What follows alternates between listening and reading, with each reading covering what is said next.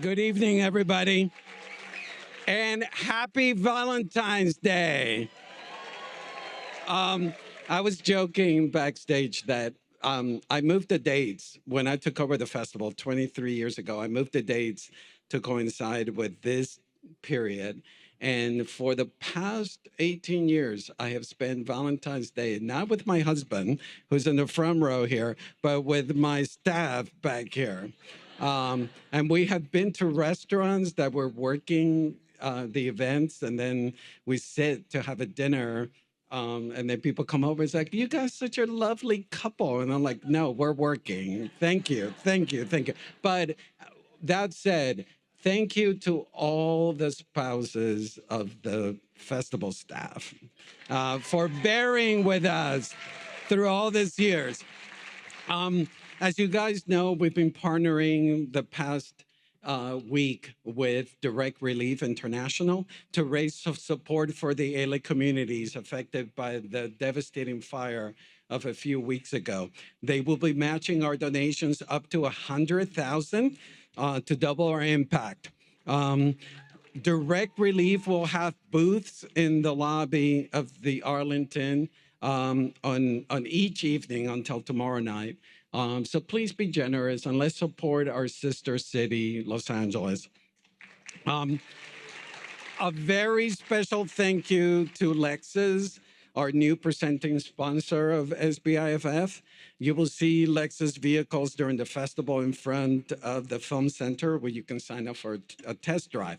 A big shout out to Fiji Water, who is a new sponsor as well. Love Fiji Water.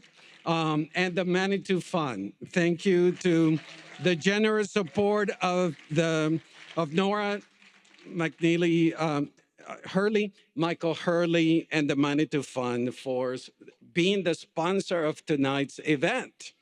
And last but not least, thank you to the Spartacus Circle, who's a group of very generous philanthropists that have made a multi-year pledge to support the film festival. So a big shout out to them and the board of directors of the festival as well. Thank you. Thank you. And Colman Domingo and the Montecito Award. You're not supposed to have favorites, and we've had many tributes for the past 10 days, but tonight is super special. I think the world of this talent that is Colman Domingo.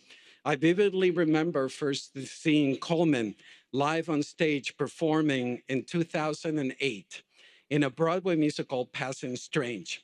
He played several roles, and what caught my eye was the precision and the intensity in which each character was delineated, including a scowling punk performance artist.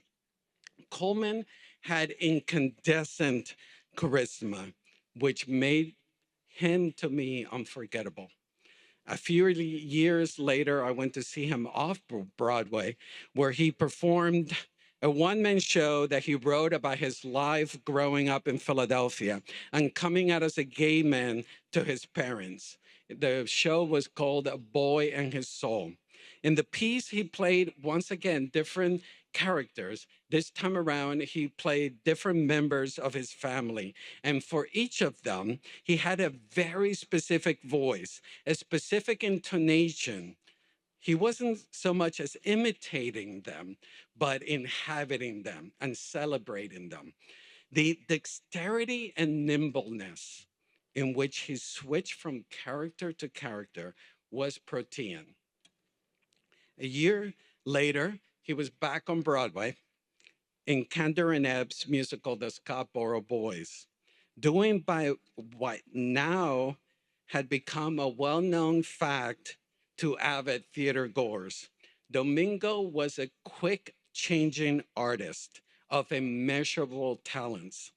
He was nominated for a Tony for Best Supporting Actor in the musical for his performance in Scottsboro Boys. He went to London and was also nominated for the Olivier Award for his portrayal in Scottsboro Boys. And for a while, I kept my eye on his career. And this remarkable actor was paying his dues in small roles on TV as well as movies. He'd been working since the 1990s, paying his dues. Then he caught a break being cast in Fear the Walking Dead in 2015. And this opportunity became a springboard. Bigger roles in movies followed, and finally in 2023, Colman became a leading man, finally, starring in Rustin, and earned an Oscar nomination for Best Actor. He's now nominated again for his unforgettable turn in Sing Sing. Colman Domingo is now the first performer to score back-to-back Best Actor Oscar nominations since Denzel Washington earned the honor for Fences and Ronan J. Israel Esquire in 2017 and 2018. As a, as a devoted admirer of Colman Domingo for so long, what is enthralling to see is how his early work in theater, the specificity, the dexterity, the research, the conviction, and the intelligence that this performer displayed on the boards is now being finally utilized. His potential that always was there is now realized. I know Domingo has experienced disappointments and rejection in arriving to the point where he is right now. Colman is a character actor in, inside the body of a leading man, a very attractive leading man.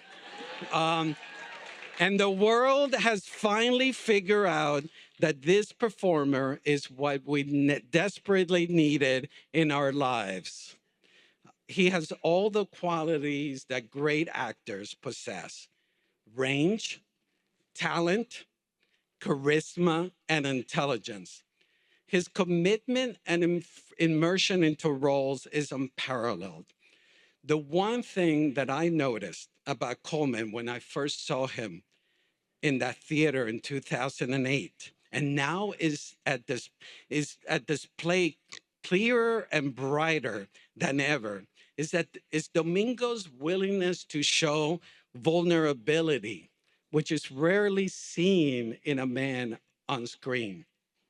Other actors allow us for us to see what their characters are thinking or what they're feeling with great aplomb.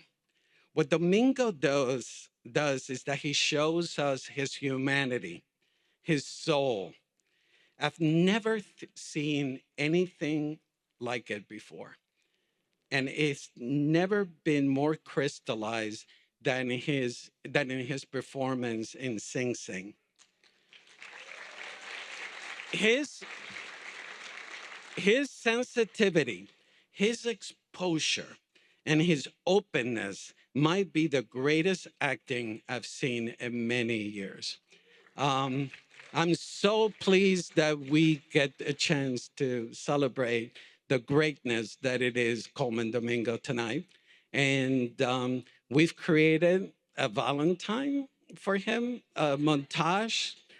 Uh, it's appropriate, it's Valentine's Day. Please take a look at Colman Domingo's montage.